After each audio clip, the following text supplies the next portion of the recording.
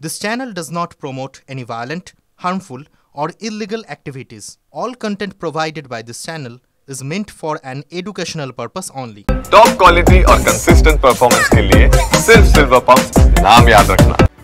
নমস্কার, টিভি9 বাংলা আপনাদের আরো একবার স্বাগত জানাই। আমি শুভজিৎ রয়েছি আপনাদের সঙ্গে। আবারও মুর্শিদাবাদ শিরোনামে, তার কারণ আবারও মুর্শিদাবাদে বোমাবাজির ঘটনা হয়েছে। এবার জমি বিবাদ, ইতিমধ্যেই একজনের মৃত্যুর খবর আমরা পাচ্ছি। মুর্শিদাবাদের আলীনগরে দুষ্কৃতী তাণ্ডব, বোমাবাজি, দুষ্কৃতীদের ছোড়া বোমায় অফিকুল শেখ নামে একজনের মৃত্যু হয়েছে। দেহ ময়নাতদন্তের জন্য পাঠিয়েছে পুলিশ। হাতে হাতে ঘুরছে বোমা, কোথায় পুলিশের নজরদারি? আর কত প্রাণ গেলে কঠোর হবে পুলিশ প্রশাসন, এই প্রশ্ন আমরা আর কতবার করব। আমার সহকর্মী কৌশিক রয়েছেন আমার সঙ্গে এই মুহূর্তে। কৌশিক, আমি জানতে চাইবো যে এই বোমাবাজি, যদিও বোমাবাজির কোনো কারণ হতে পারে না, এক্ষেত্রে কি এমন হলো যে বোমা ছুটতে হলো দুষ্কৃতীদের, আর যার মৃত্যু হয়েছে তার পরিচয় সম্বন্ধে বা কি জানা যাচ্ছে? দেখো, যেটা জানা যাচ্ছে যে পারিবারিক এক বিবাদ ছিল জমি সংক্রান্ত, যে আত্মীয়দের সঙ্গে সেই বিবাদের কারণেই কিন্তু আজ সকাল থেকে চরমে অশান্তি উঠেছিল। তারপরে কিন্তু হঠাৎ কাকাকে লক্ষ্য করে ভাইপো বোমা ছোড়ে, এমনটাই অভিযোগ, এবং সেই বোমার আঘাতে মৃত্যু হয় 55 বয়সী ওই শফিকুলে। এবং এই ঘটনায় কিন্তু বারংবার প্রশ্ন হচ্ছে এই নওদা এলাকায় যে এই বোমাবাজির ঘটনা, মুর্শিদাবাদে কিন্তু একাধিকবার বোমাবাজি বা বোমায় মৃত্যুর ঘটনা সামনে এসছে বা কখনো গুলির সামনে এসছে। এবং আজ সকালেই কিন্তু সকাল যে একটা অশান্তি, যে জমি সংক্রান্ত বিবাদ, সেখানেও কিন্তু খবর তো আমরা বারবার দেখছি, সেখানে বারবার দেখছি, বারবার প্রশ্ন তুলছি। এটা বোমা ছুড়েছেন কাকা, ভাইপো কাকার দিকে বোমা ছুটছে, এ তো কোনো ঢিল নয় বা চকলেট নয় যে ছুড়ে দিল পকেট থেকে বার করে।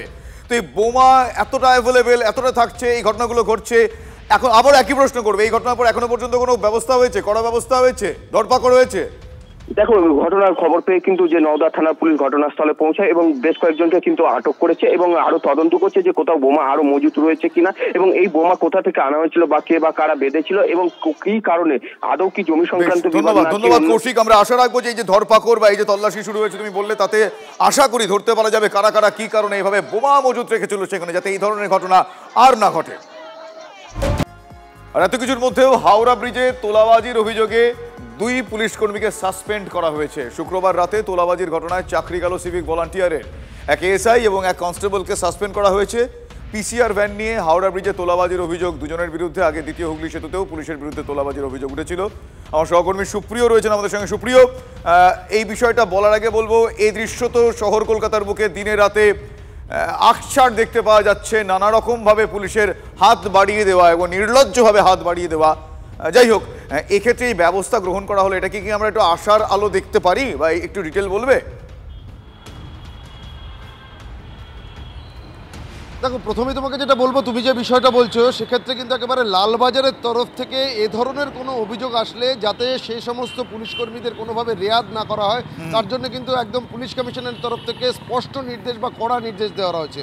এবং শুক্রবারের যে ঘটনা, যেটা সম্পর্কে আমরা এখনও পর্যন্ত লালবাজার সূত্রে যেটা জানতে পারছি, যে হাওড়া ব্রিজের ওপরে পিসিআর ভ্যান নিয়ে পুলিশ কর্মীদের বিরুদ্ধে তোলাবাজির অভিযোগ, টাকা তোলাবাজির অভিযোগ, এবং সেই বিষয়টা নজরে আসে রাতের নাইট পেট্রোলিংয়ে থাকা অন্যান্য সিনিয়র অফিসারদের। এবং তারপরেই ওই যে পিসিআর ভ্যানে যে এএসআই এবং কনস্টেবল যিনি ছিলেন তাদের দুজনের বিরুদ্ধে পদক্ষেপ করা হয় এবং যেটা আমরা জানতে পারছি তাদেরকে ইতিমধ্যেই সাসপেন্ড করা হয়েছে। অন্যদিকে আরও একজন সিভিক ভলেন্টিয়ার ছিলেন এই কাজের সঙ্গে যুক্ত, তারা একই সঙ্গে কিন্তু এই কাজ করছিলেন। সেই সিভিক ভলেন্টিয়ারকে ইতিমধ্যে ডিমোবিলাইজ, অর্থাৎ তাকে বরখাস্ত করা হয়েছে, এমনটাও আমরা জানতে পারছি। অর্থাৎ পদক্ষেপ করার ক্ষেত্রে কোনো রকম কোনো গড়িমসি নয়। যখনই সিনিয়র অফিসারদের নজরে এসছে, নাইট পেট্রোলিংয়ে থাকা সিনিয়র অফিসারদের, তারা তাদের ঊর্ধ্বতন কর্তৃপক্ষকে জানায় এবং গোটা বিষয়টি যখন স্পষ্ট হয়, তারপরেই এই যে 2 পুলিশ কর্মী এবং সিভিক ভলেন্টিয়ার, তাদের বিরুদ্ধে পদক্ষেপ নিয়ে দুজনকে সাসপেন্ড এবং এই সিভিক ভলেন্টিয়ারকে ডিমোবিলাইজ করা হয়েছে, এমনটাই কিন্তু আমরা জানতে পারছি এই তোলাবাজির অভিযোগকে সামনে রেখে। শুভজিৎ। একদমই ধন্যবাদ সুপ্রিয়।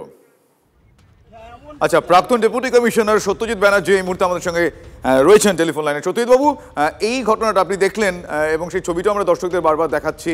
আমরা কি এর থেকে একটু শুদ্ধিকরণ হচ্ছে বা রে অফ হোপ এই শব্দগুলো ব্যবহার করতে পারি, আশার আলো দেখতে পারি? এটা কিন্তু সত্যি কথা বলছি, আমরাও যখন ডেপুটি কমিশনার ছিলাম, আমাদের সামনে যদি এরকম ধরা পড়ে যেত, তাকে ইনস্ট্যান্টলি তাদের চাকরিও, সিভিক ভলেন্টিয়ারদের চাকরি, তখন তো নতুন সিভিক ভলেন্টিয়ার নেওয়া হচ্ছিল, হ্যাঁ, আমরা যখন ছিলাম আমরা এই সাথে, কিন্তু তখন নেওয়া হলে তার চাকরি চলে যাবে সিভিক ভলেন্টিয়ারের। আর যারা এএসআই এবং কনস্টেবল যারা আছে, যারা এইরকম ব্রাইট নিতে গিয়ে তোলাবাজি করতে গিয়ে ধরা পড়েছে, তাদের এগেনস্টে আমরা প্রথমে সাসপেন্ড করা হয়, তারপরে একটা হেলদি প্রসেস। এবং এইভাবে আপনি বলছেন আগেও হতো এবং আমরা আশা রাখবো যে এই ধরনের কুকর্ম দেখতে পেলে পরবর্তীকালেও পদক্ষেপ করা হবে। Thank you very much.